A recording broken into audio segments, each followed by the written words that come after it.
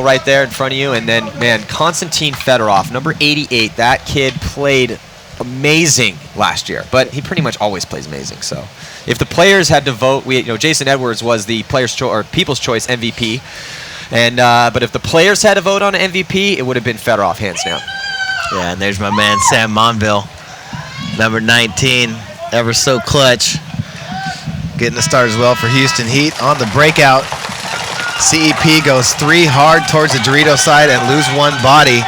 Sam Monville also gets shot on the break going to that Temple 1. He's going to walk off, so 4-on-4 early here. Yeah, Mike Zupa taking the walk early for CEP. 4-on-4 is Monville not able to get out here, but still 2 bodies on the Snake side for Houston Heat. And Osvaldo Brito Neto Lopez gets into the Snake for CEP again, but loses 2 bodies behind him. He's going to have to get some quick kills out of here. Looks like the Dorito side for Heat's starting to go to work. Yeah, you're right, Steve. They're loosening up over there on the Dorito side. You're looking at Osvaldo Lopez right now, and he, last player left alive for CEP in the Snake, and we actually saw that a lot out of Lopez at the World Cup. Yeah. There was like a 2-day stretch at the World Cup where Osvaldo was the best Snake player on earth. He was doing work there. Yeah, he did some work over there for CEP at Cup, and started to do work again here as he got into Snake 1, but just when he was getting in there and getting set and ready to start gunfighting out of that position, he loses 2 bodies. And the survivability for CEP has been an issue, and it rears its ugly head yet again. Yeah, I mean, we saw Osvaldo so many times. We'll take a look at this replay right here. And here is Osvaldo in that Snake bunker trying to come out. Fedorov's coming up the middle, and he is going to get clipped right in the forearm and in the top of the head. And then he just got put in that position because he got in there and then lost his players behind him. CEP needs to do a better job of getting him some support. Get the guns rolling, being alive, and just give him a minute to work. Give him a minute to give him a little bit of time to get comfortable in there, start going to work. So 1-0 early for Houston Heat already. And with CEP, if you're going to play the reigning world champs, when you get them down right away, you got to make moves. You got to get to those next bunkers. Osvaldo was already there, but they got to move that Dorito side because Houston Heat just had the Dorito side that they did what they wanted over there. And if you're gonna play these guys, go play them. Well, the thing with that Dorito side is that it can go down so fast over there. You lose a couple bodies and take that pressure. Pressure is such an integral part to being successful out here, and what that means is, that's why a guy like Travis Szymanski from Infamous or Dave Baines or any of those back players, those legendary back players, even though they're not as mobile as, say, a Mike Zupa on CEP, who was a little missile over there on the D side, but Travis is out there exerting so much pressure with his gun, and that's how you do it. You constantly put paintballs in the face of the guys you're playing against, and when you lose 2 bodies like that, no one's shooting at that Dorito side of Houston Heat, man, it's not going to take long for the aggressive monsters that Heat brings to the table to have them streak down that side. Yep. Yeah, and there they go again. They're bringing Fedorov and Slowiak to the Snake side. Mishka and break out to the Dorito side for Houston Heat. And 1 body down. Lopez tries to go all the way to the Snake on the break for CEP and does not make it. CEP loses another body trying to bump right up the middle of the field. Gets chopped up by Mishka, I believe. So down. Oh, another body. So it's Ryan Smith. Ryan Smith getting clipped on his pack. But look at that coordinated moves from Houston Heat. Konstantin Fedorov all the way past the 50-yard line of the Snake and just cleaning house over there as CEP just walking off in droves. Yeah. Not looking good for CEP here. 2 quick points for the reigning champs, Houston Heat. Yeah, Keene tried to stop the bleeding out of that Snake side stand-up can. And, Fedorov, he's just staring into the face of Fedorov. Lost those bodies. He was the only one there that could try and fight back. And, Houston Heat just too smart, too aggressive. Ryan Smith did a good job getting up the middle early. And Houston Heat is really just putting the pressure on CEP. Just can't even live in their bunkers right now. They can't, and they need to get some movement here, especially on that Dorito side if they want to play this game here. Yep. Well, they need to stop dying out of their bunkers. And it's one of those things, it's like if you're hungry to make a move, if you're hungry to get those kills, and you're too hungry, you're going to make those mental close mistakes in those gunfights, in those situations, and you're going to get shot out of your bunker by just being a little bit too greedy in there. And I think that's what we're seeing out of CEP. You know, CEP, obviously, they have to, it's like standing and trading in a fight. I mean, to actually get your opponent to respect you, CEP has to be putting that pressure on Houston Heat, because these guys are used to, hey, if no one's shooting at me, I'm making a move. Especially on this field layout. There's so many options out there that if you're not getting shot at, particularly on that Dorito side, and you're not actively engaged in a gunfight or trying to clip somebody, then you can make that move and get up that side. Yeah, 40 seconds here for the start of the next point. As we see, Houston Heat's got Sergey, big Sergey. I think he's getting on the field for the first time here. So Jason Trozen getting everybody involved early. We've seen, I think, everybody on the roster now. As you have Chad George, Ronnie Dizon, Sam Monville, and big Sergey out there, and John Woodley.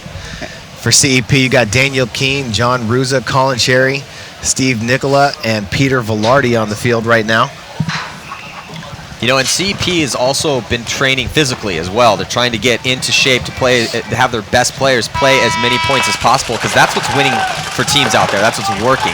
And here now CEP making moves, and now you're looking at it from Houston Heat's angle, back corner on the Snake side. Ronnie Dizon tried to go to Snake on the break and got hit, and here goes, looks like Sam Monville's in there now. CEP also lost Nicola, number 77, off the Snake side. But they just can't stay alive, man. CEP's just dropping bodies everywhere. And Houston Heat loses a body on the Dorito side. Oh, we got a minor here on CEP, it looks like. So CEP is going to get in the box right away. Colin Cherry, the last thing that we need to see, look at that. Peter Velarde in the Snake still alive with Sam Monville in the crazy point right there. But CEP was haunted by penalties last season, and they get one right here, and it kind of kills their chances. Take away that penalty there. They're in the Dorito over here, the 50 Dorito, getting ready to make this game a 2-on-1 game potentially here, and here comes a penalty. Now they're down that dreaded, what we talk about, that 3-point swing now.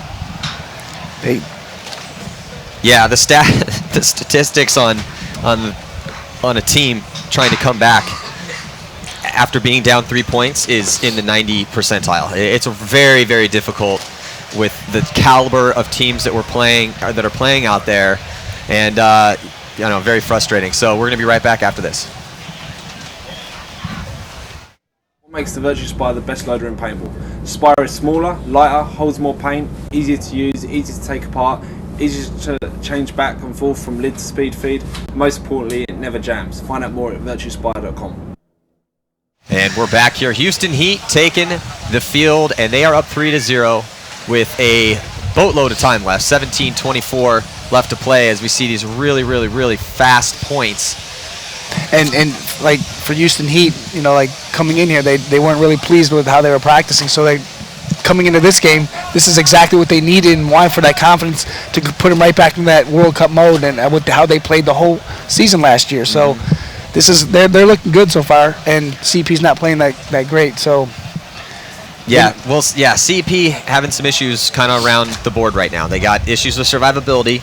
They got a penalty again. So, you know, it was just a minor. At least it wasn't a major. I mean, at this point, last season they would have had a couple penalties. You know, so they know that what their issues are. It's just going to take them some time. You know, it would be great to come out here and put a win up on the board against Houston Heat and shock the world. But, you know, like I said, even though we're looking at a distilled version and a honed version of CEP, as you know, they really just kind of have the hardest guys that they could find out there now, a bunch of young fast monsters. But they're just not the level that Heat's at right now.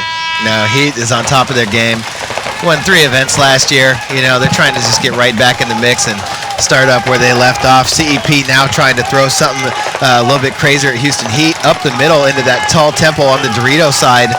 Cuts down Chad Boucher, who just runs blindly into his gun. And that's that temple that you talked about earlier in the day. If you get there, you could do work over there. And CP found that bunker this game, and they're doing it. So let's see if they can hang on here and get this point here. Yeah, they destroyed Houston Heat in this point so far. Just one player left alive for Houston Heat, and it's Nick Sloviak, who's Nick Sloviak stuck in the back corner bunker. Nothing he could do, and it was all CP that point. And that's what they need to do right there. That was great to see from them. So I mean, we've played about a match and a half here, and I'm already feeling like this is a who's going to punch you in the face first field. Oh, Yeah. for sure. I mean, who's winning? The team that shoots a guy and attacks right away. That's yeah. it. Yeah. I mean, And that's you the have way to it's do that. looking here. Hey, CEP? you want to be the first to go. Yeah. Always be the first one to throw the punch. Yeah, there's not going to be a react paintball field. In the last couple points, they've been getting Houston Heat on the break. They've shot one on the break every game, but that game they shot them and they kept putting the pressure on. Like you said, that's it. I'm done. You punched me a few times. Let's do this. Yeah, you got to create the advantage for yourself. But We're going to be right back after this.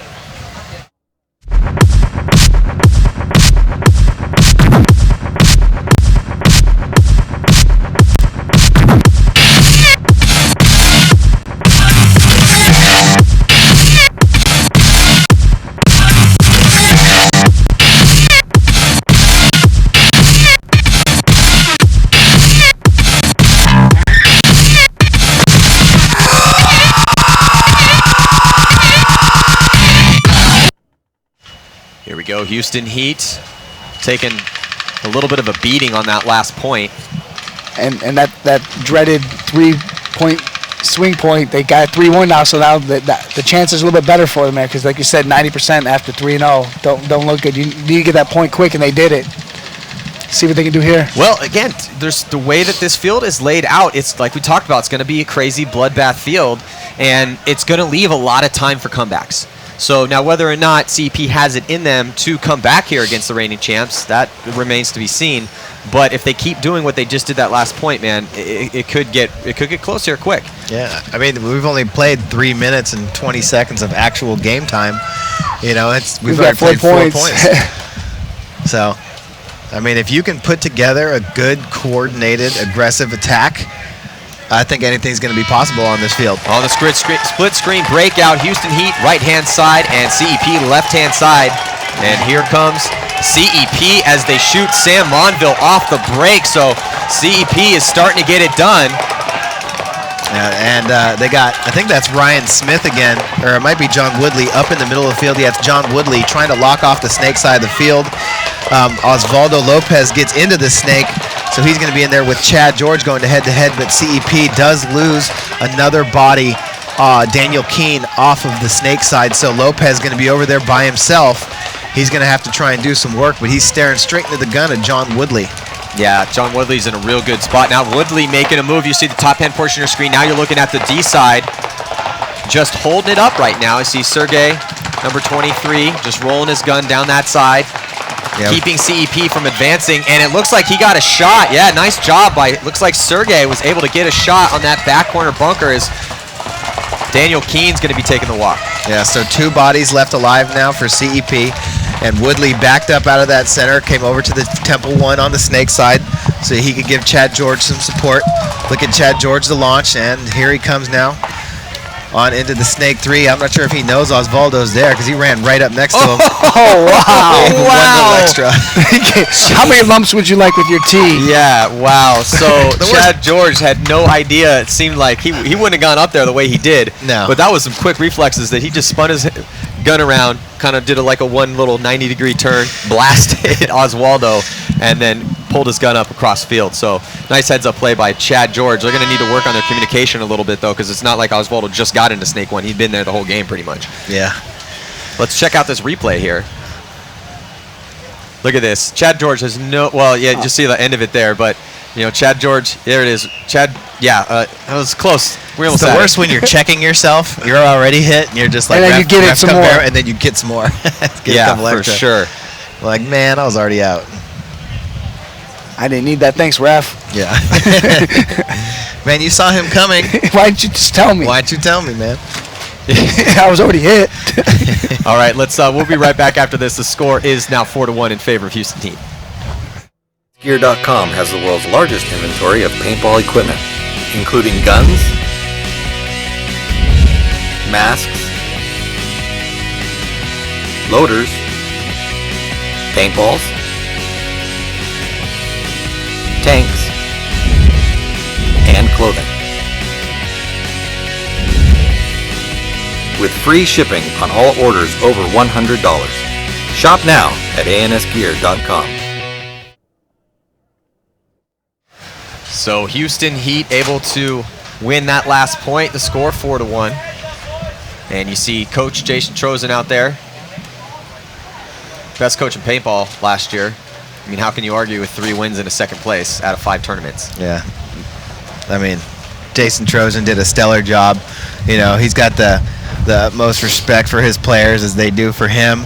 You know, and they really got a good system over there. You know, I think everybody works well together, and that's why they didn't need to bring in any players or get rid of any players. You know, everybody, they got a good working relationship, good communication. I mean, I think that starts with the owner, Sarge. You know, he trying to, you know, put out that level of discipline, you know, from the very top, and, you know, Jason Trozen and all the rest of his players exemplify it rather well.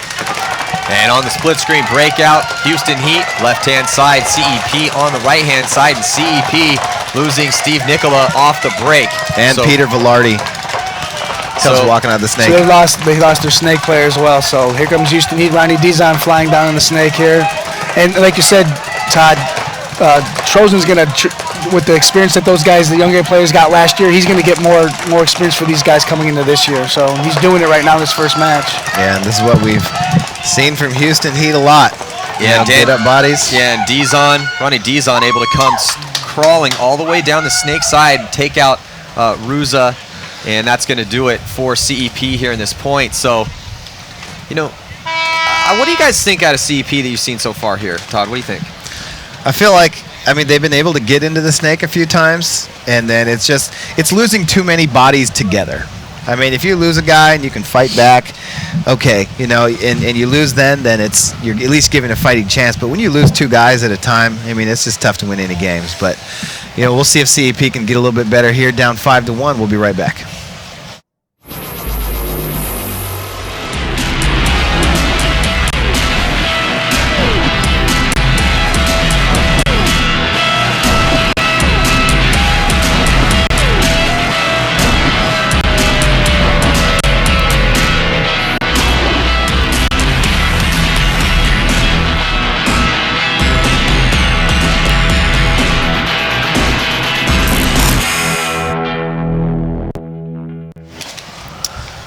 So CEP needs to work on their survivability. Check.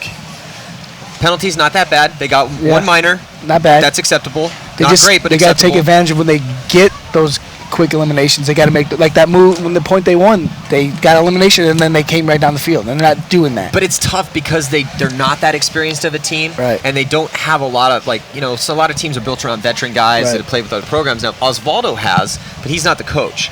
And he's not also able to practice with them as much because he lives in Brazil, right? You know, and so he's obviously one of their best players. Because we got a timeout called here. So, but the thing is that, you know,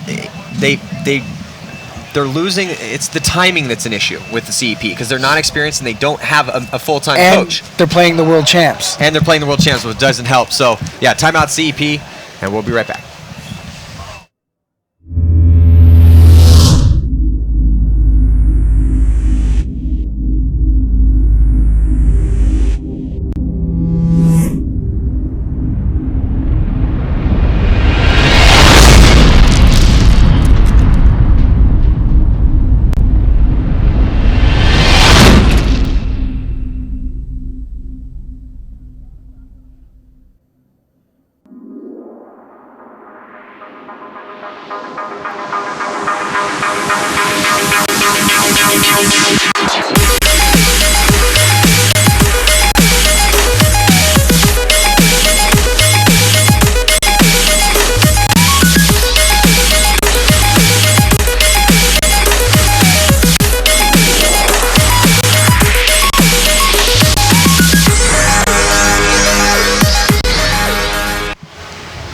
So we're in the CEP pits right now. There's Colin Cherry, the rest of his boys.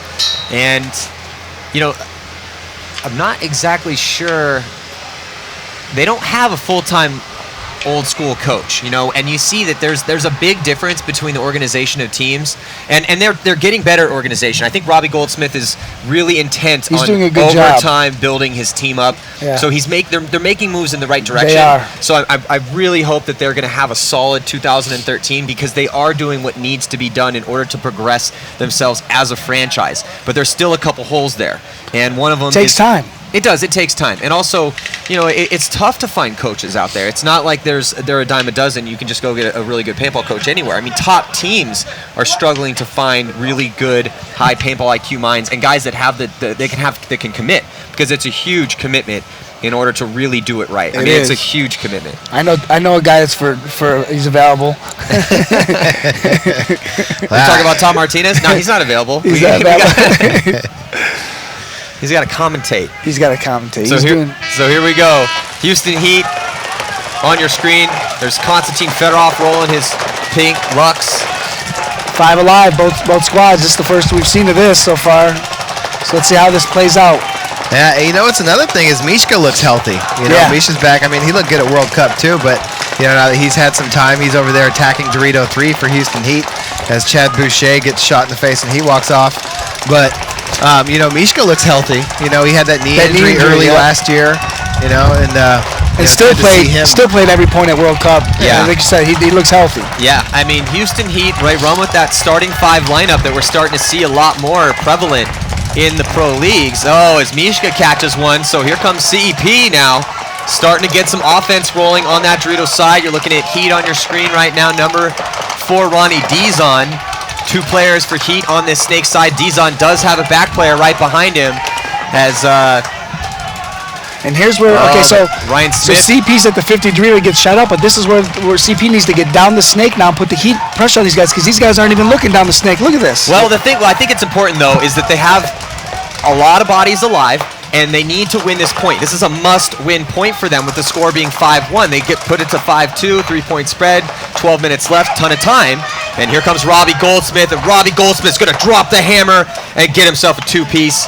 Nice job by Robbie Goldsmith. Wasn't able to get that last kill on Smith, but then Smith finally getting taken out cross field. So that was a good move by Robbie Goldsmith, though. It had to be done. Yeah. That's what you got to do. Yeah, open up the game. I think what I kind of just noticed there was that because both sides of the field are so fast, the teams that drop a body off that side of the field, everybody knows that it's super aggressive. So if you lose a body, everybody's turning and expecting people to come. And I think what X Factor did a good job of was that when that body dropped and they expect them to come, they didn't switch all their guns over. They still played. They kept the game plan going. Yeah, and then attack the other side. Yeah, and good job by CP. That's exactly what we wanted to see out of CP. We got ourselves a 3-point game here, and we'll be right back. While you are sitting at home,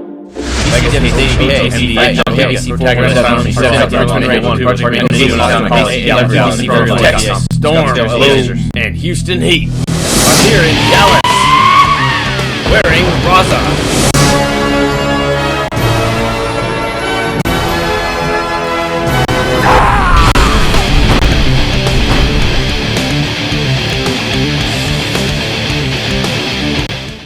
I would, after that, I must say they do look quite snazzy in their new digs. Yes, Houston Heat, number 1 Raza team.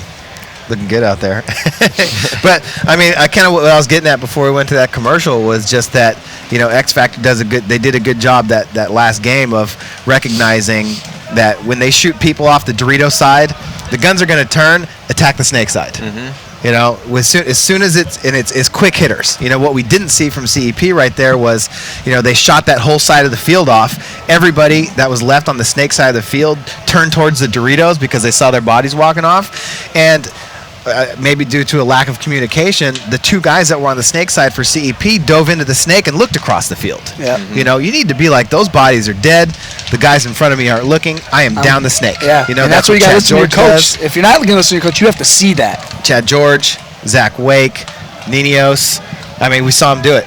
I mean, that's how it's working. I mean, it's still early here, but it's still early, but it's a combination move almost.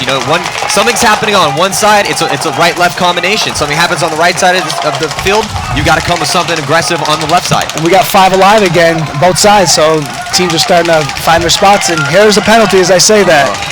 So just when CEP starting to get their legs underneath them, they got 5 alive, and they get another penalty, and it's Mike Zupa. Yes, but Daniel Keene at least gets into the snake, and he can shoot across the field towards that Dorito side. But his closest help is Osvaldo, who's in Temple 1, looking towards the Dorito side. Oh, and Daniel Keene just destroys John Woodley. So Woodley goes to sleep on Snake 1 and catches a couple from Keene cross field. Yeah, Osvaldo gets shot. And the only people that are getting shot on the sideline over there are all the photographers. They're all running around like, stop shooting me. So nice job by Houston Heat, but man, CEP really shot themselves in the foot there. And it was, Mike Zupa getting a minor penalty. So, 2 penalties here so far for CEP in this match. And every time, it always happens after, like it looks like they're going to have a little momentum going, and then boom, get a penalty. So, and they were in good positions there. They're at that tower moving their way up that Dorito side there, so. It's something they need to work on. You absolutely, again, minor penalties will come. We haven't seen any red flags from them yet, and that's huge because that was an issue last year. Now, 2 minor penalties. If they were winning the game, I'd say, okay, we can work with that. Let's clean it up a little bit, but not a big deal. But they're getting these penalties when they're fighting for their lives with a 3-point match and enough time to get back in it. And they played so solid the point before. Very frustrating for CEP. And now we're looking at a 4-point game here. Score is 6-2 in favor of our reigning champions, Houston Heat. And we'll be right back.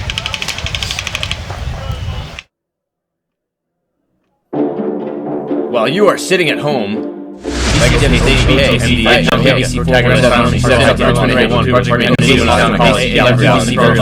Storm, and Houston Heat are here in Dallas, wearing Raza.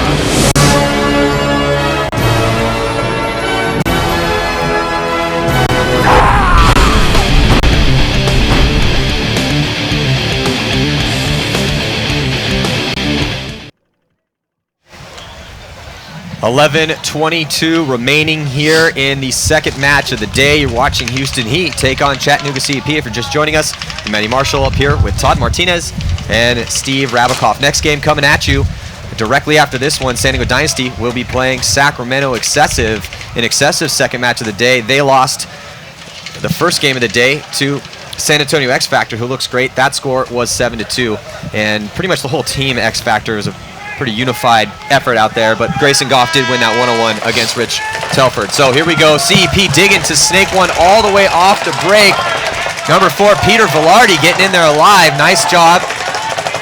And Peter Velarde in control of that snake, wrapping around the outside, trying to keep Chad George and Sam Monville from coming up any closer to him. That's Nick Sloviak in the mini race bunker just to the inside of the snake, also dealing with Peter Velarde. But Chad George able to make a bump up. CEP loses one body off of that Dorito side. And Sam Monville fills out here to the snake side corner. So they're 3 heavy on the snake side here, so. You're looking at the D-side cam right here. Look at that. Look at the gunfighting and control of Houston Heat on that Dorito side of the field. Guns up, coordinated moves, no one's dropping lanes. Communication is just flawless over there for Houston Heat on the D side. Just going to work. Yeah, and you can just see how that plays out. Trying to fill out. Oh, they lose both their guys over there, though. Oh, wow. So somebody from CEP stepped up and took out both players for Houston Heat. So that was a classic example of the commentator curse right there. Yeah. Doesn't get any better we just than that. mowed him down. I think you got Mike Zupa in that corner over there. And if he goes down that Dorito side, he's going to shoot all the Houston Heat guys in the side here. He's just got to get moving here. But can CEP take advantage of this as now Monville he doesn't gets even shot know out he's of the moving back here. Look corner, at this. and Peter Velarde is going to trade out with Nick Sloviak, and it looks like, is there anyone left on CEP to hang that flag? Yep, we got John Ruza. John Ruza, the last player left alive, the rookie coming in for Chattanooga CEP. It looks like actually 2 players left alive. They're going to wipe off Velarde. They're going to say that he shot Sloviak first. So they're going to allow Velarde to go get that flag and hang it. So CEP pulls it out when it looks like they were doing good, and then we gave him the commentator curse.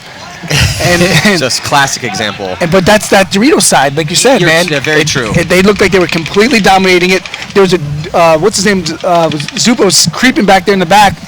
They thought he was solo over there. Boom, he comes flying down the field. Yeah, John Ruzer was sleeping in the corner while Zupa got shot. and then took them both out. I mean, and going to the snake on the break paid off, getting Velarde in there for CEP. You know, it also played a factor having to make the Houston Heat snake side deal with him. So good job by CEP to put another point on the board. 6-3 with 9:34 left to go. And CEP, the points that they're coming out is they're dictating the game to Houston Heat, and that's what they got to keep doing. And this is a good way to start the day, whether you don't win or lose for CEP, they're not looking bad right now. Let's check out this replay. So you're looking at, there's Peter Velarde. There comes Nick Sloviak streaking there, out towards the snake, trying to drop a shot on Velarde. And I think what probably they said was that Nick got shot before he got that last shot in on Velarde. So they're going to wipe off Peter Velarde, and the point goes to CEP. So the score is now 6-3. Chattanooga CEP surging back here. Still got time left, 9:34 on the clock. These guys met twice during the 2012 season in Phoenix, where the score was 7-3 in favor of Houston Heat, and then at the Mid-Atlantic Open, and that score was 7-1. So Houston Heat taking both of those games. But I'll tell you what, man, Houston Heat is still winning this match by 3 points. They're actually 1 point away from taking this victory here in the race to 7. But I like what I'm seeing out of CP. They did get 2 penalties, but they are playing aggressive. They are starting to capitalize, and what they did do was, instead of getting down, they got up. Instead of getting mentally defeated as Heat went up those early points, they've been fighting back, and that's what you need to see. They need to see a fight out of CEP. Yeah, and CEP's also gotten 2 minor penalties this game. That never helps. And they got them after every point. It seems like they're getting the momentum. So let's see what happens here if they can keep that going. We'd love to see it. Yeah, so we had looks like a referee timeout here as they are having a little conference. So we're going to be right back here after a word from our sponsors.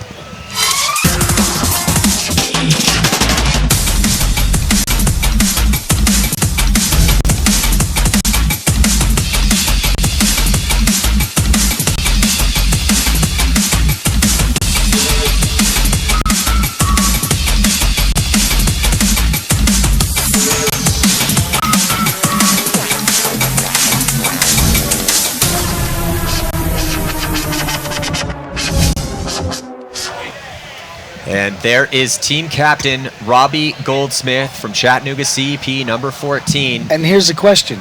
If they wiped off the last player from CEP...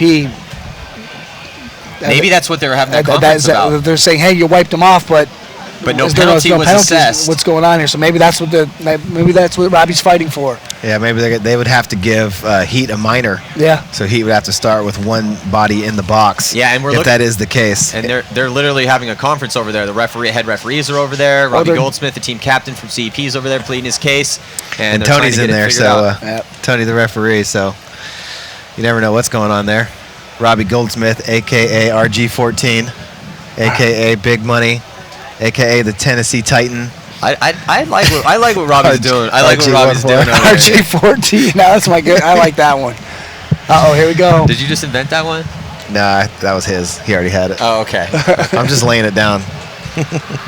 So, looks like I don't see a penalty on the board yet.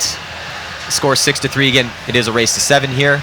And in case you're unfamiliar with how those penalties work, it's very simple. There's a minor and a major penalty. A minor penalty is assessed when a player gets hit, doesn't come off. But a major penalty is when it severely affects the game itself. Get shot, wipe it off, or you shoot a bunch of people. It looks like a minor penalty will be assessed on Houston Heat. And that should put Nick Sloviak in the box. So they're going to have to get somebody off the field because Nick Sloviak's not on the field right now. Actually, with that penalty, I think you can put anybody you want in the box. Yeah. So. And the minor penalties they're a minute long, and they come off the board should you lose the point. Yeah. Major penalties, however, are 2 minutes, and they stay up the entire time. Yeah. If you have nobody left on the field, then somebody has to start the next point in the box. So on the field right now for Heat, you got Ronnie Dizon, Mishka, Fedorov, George, and I think Sam Monville. So one of those players going to have to start in the box. CEP right now, they will switch sides.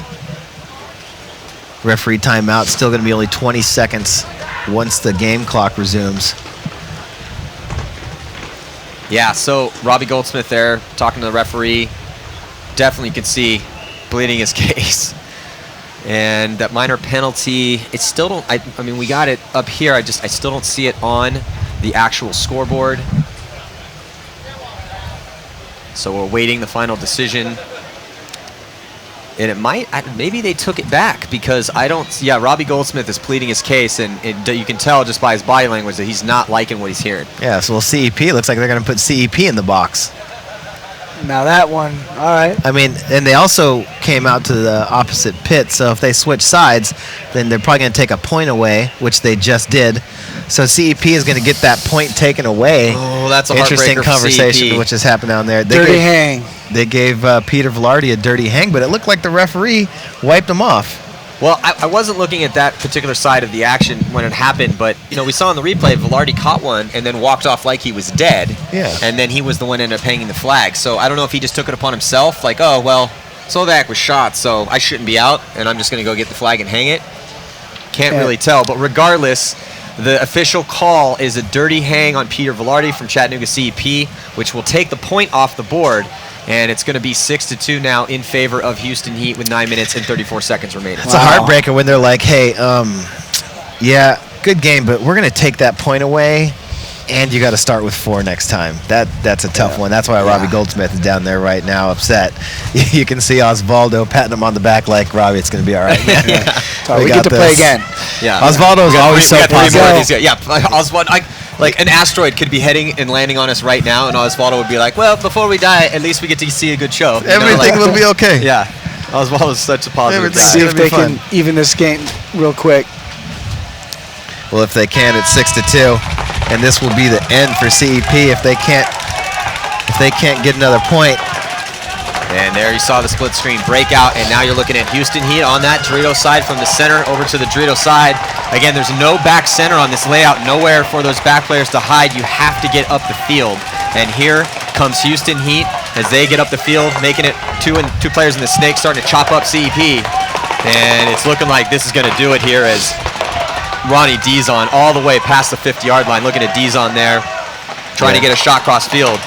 Oh, but they lose Mishka. So Mishka getting taken out. Or no, Konstantin Fedorov getting taken out. And he's doing the where'd I get shot look. And Lopez going to walk out of that snake side corner, the last body for CEP. And that's going to do it. It was a valiant effort. It was. Hey, I'll tell you what. CEP is going to lose this game now as Sam Monville hangs that flag for Houston Heat. And what amazing season Sam Monville had last year, really showing up on everyone's radar as one of the better players from last season. And with all the clutch plays that he had, I mean, he won them basically their tournament, the first event that they won, which was our second event in Phoenix, because he pulled off some last-minute heroics against the Top Gun title holder of the year, Alexander Burnikoff. But that's going to do it for Chattanooga CEP as they take the loss here. Houston Heat's going to win their first game.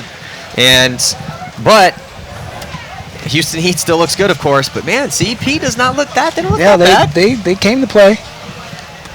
Yeah, but Houston Heat, I mean, showing why they're the world champions, not coming out here and letting up at all, putting a good 7-2 point spread on the board just as X Factor just did.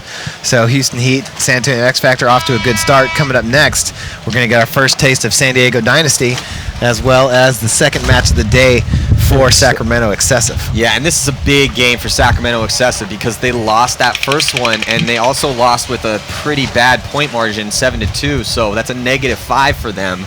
So they're going to need to come out here and put some really big points up on the board against San Diego Dynasty in their race to 7 game. Now, San Diego Dynasty, this is their first game of the event, and they practiced Sacramento Excessive and got the better of them at their practice that they had last weekend. Right. So, now there's not going to be any secrets for these teams because they had a whole full weekend set against each other. And for Excessive, you can't go down 0-2 on your first day. No. Not in this bracket. No, not in this bracket. It's a crazy bracket, and Excessive needs this win. Dynasty wants to come in strong, and we're going to be back with that game here, so do not go anywhere. See you in a second. I wanted a gun that would cover everything. I want to be able to hold off 30, 40, 50 guys coming at me. I want to be able to crawl up and take snipe shots on guys. Anything you really want in a scenario gun, it has it. It's just a nasty, nasty tactical gun.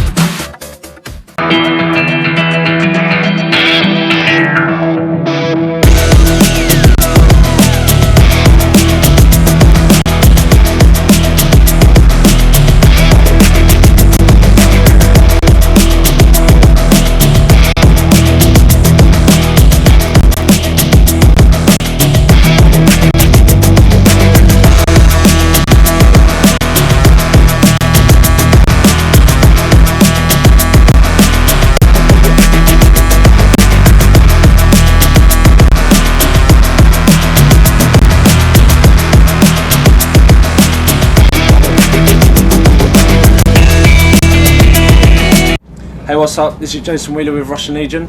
So what makes the Virtua Spy the best loader in paintball? The Spy is tough and reliable. If you've ever on the field and get shot by a 12 gauge shotgun, you're screwed, but your Spy will keep working. Find out more at virtuaspy.com.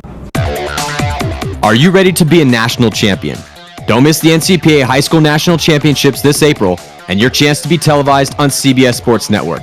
Any eligible team can enter to compete at the national championships, but the NCPA is also hosting 7 regional championship events nationwide. Win regionals, and the NCPA will pay your entry, paint, and travel expenses to the nationals. All the information you need is at highschoolpaintball.com, but we also asked one of last year's teams to explain how to make it happen. So talk to me about how would somebody go about, like, let's say somebody wants to be you. They're like, hey, I play paintball, I go to high school, I want to go to Florida and do it. Like, how does this actually work? Well, we found it on the internet by accident one day, and it's really easy. This league makes it so easy for us high school students. You just get 3 people from your high school, you guys go out and play at the local or regional events. It's just really easy. Laid back tournaments, people aren't too intense about it, but it's still really competitive and fun. Yeah, so that's the whole point, fun, right? So if you play paintball, you're in high school, give it a shot. Don't miss the NCPA National Championships April 19th through the 21st at Central Florida Paintball in Lakeland, Florida. Sign up now at